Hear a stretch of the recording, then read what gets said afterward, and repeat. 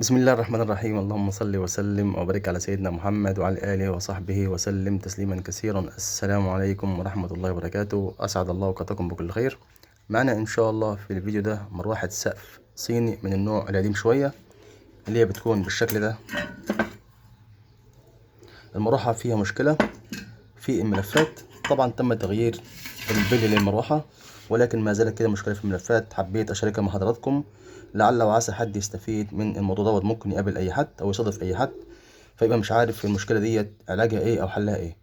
طيب عندنا هنا ملف المروحة، هي مروحة سقف بيكون فيها ملفين، ملف تقويم اللي هو دوت وملف تشغيل. الملفين دول بيجي سلك منهم يتجمع بداية مع بداية أو نهاية مع نهاية في طرف واحد، ويجي عندنا هنا نهاية الملف دوت ونهاية الملف دوت في سلكين. يبقى عندنا هنا دول مع بعض كده سلك، وده كده سلك، وده كده سلك، 3 سلوك. عندنا ال3 سلوك اهمت. نجيب كده مع بعض لمبة السيريا ونشوف كده شكل المشكلة أو المشكلة اللي معانا في الملفات. كده وصلت لمبة السيريا، لما نلمس دول في بعض كده اللمبة بتنور اهيت. نقيس مع بعض كده هنا.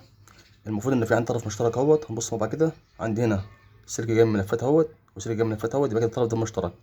لما لمس عندنا اطراف، ده كده طرف ملف التقويم التشغيل قصدي، اللمبة ضعيفة. طرف ملف التقويم السيريا عالية جدا، مع ان المفروض السيريا بيكون اعلى في ملف التشغيل اللي هو الخارجي. نبص نراجع تاني كده، ده كده ملف التقويم السيريا عالية جدا، ده كده ملف التشغيل السيريا منخفضة. معنى كده ان في عندي هنا مشكلة في ملف التقويم. طيب نبص مع بعض كده، عندي هنا عشان نختصر بس، نبص مع بعض كده، عندي هنا ملفات التشغيل، في عندنا فراغات ما بين الكباري وبعضها او ما بين الملفات. هنا بقى ملف التقويم، لو نلاحظ عندي هنا نلاقي الملفات متلاصقة مع بعضها اهيت، وده كده سبب المشكلة.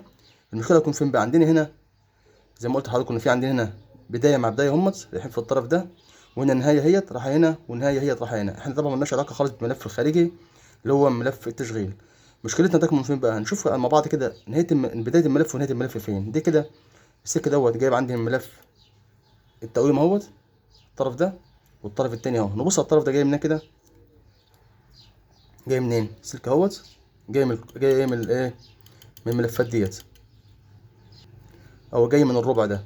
جاي من ايه؟ من الربع ده. طب والتاني اللي جنبه اللي هو ده جاي من الربع اللي جنبي ده. اذا كده عندنا هنا دي كده تعتبر بدايه، ودي كده النهايه، او دي البدايه ودي النهايه. كده حددت انا دلوقتي هنا بدايه الملف فين ونهايه الملف فين. يبقى اصبح عندنا الجزء دوت اللي هو هنا ده في عندنا تماس ما بين الربع ده وما بين الربع ده. طيب التماس دوت نعمل فيه ايه؟ ممكن نجيب قطعه برسبان زي كده ونقصها بمقص ونحاول ايه نعديها عندي هنا ما بين الملفات، ولكن انا جربت قطعه برسبان ما جابتش معايا. فممكن نحاول محاوله تانية كده، نجيب مفك مثلا عادي او اي اداه، نحاول نبعد كده الملفين عن بعض او الربعين دول عن بعض. لو جابت معانا ماشي، ما جابتش معانا نتيجه، اذا هنقص الجزء دوت او نقص عندنا هنا ربع من دول.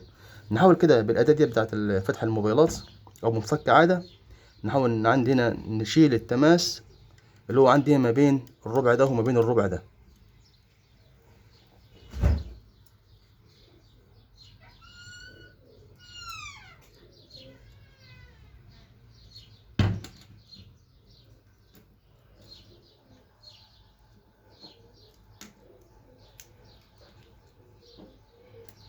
انا بشتغل طبعا برفق جدا علشان الملف ما يتقطعش مني.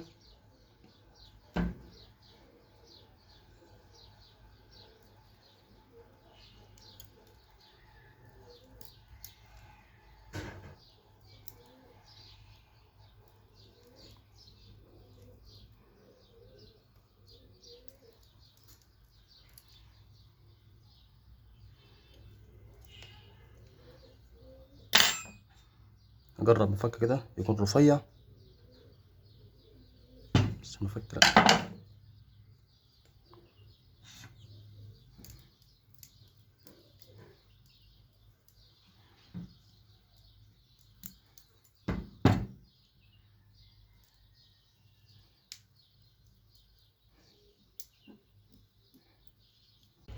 شايفين يا اصدقائي كده وسعت عندي هنا الفجوه ما بين عندي الربعين دول همت.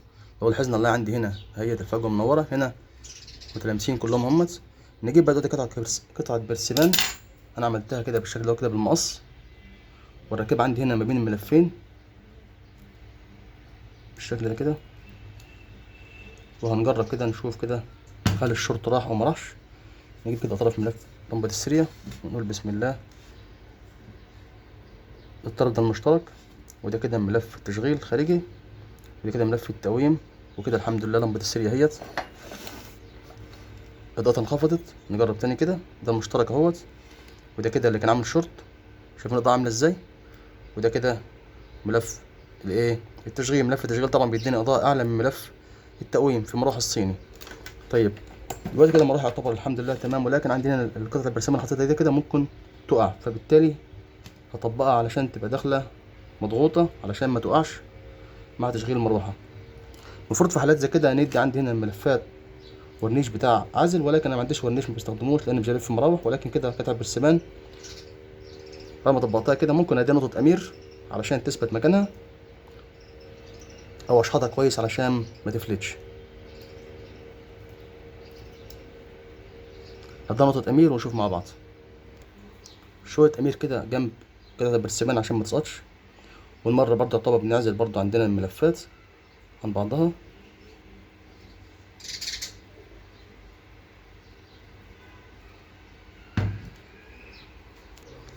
طيب في حالة يا أصدقاء أنا معرفتش أعمل الجزء دوت أو معرفتش أعمل الحركة اللي عملناها ديت اللي نفصل الملفين عن بعض، في الحالة دي بنعمل إيه؟ في الحالة دي بنجيب بقى نضحي بربع من دول، إما ده وإما ده نقصه. طبعا لو قصينا ده هيبقى السلك دوت هيبقى مش موجود هنا، هيبقى موجود بقى نوصله فين؟ هنفصله ونوصله عندي الربع اللي بعديه. ولو قصينا برضو عندي هنا نجيب الطرف اللي هو المشترك دوت ونوصله على الربع دوت ونوصله مع ايه الطرف المشترك التاني. يبقى ده الحل البديل اللي هو لو ما عملناش كده هنفصل ده او نفصل ده، لو ما فيش نعمل الحركه اللي عملناها ديت. هبتدي بقى اجمع مروحه تاني زي ما كانت ونشوف مع بعض ان شاء الله بعد ما نجمعها. انا جمعت المروحه زي ما كانت اهيت، طبعا لسه ما ربطتش المسامير. نجيب بقى المكثف ونركبه عندنا في المروحه على الطرف الاسود والاحمر. نجيب عندنا مفك نشيل بيه المروحه عشان نجربها. نجيب لمبه السيريا الطرف هنا اهوت، والطرف التاني عندي هنا على السلك الاحمر.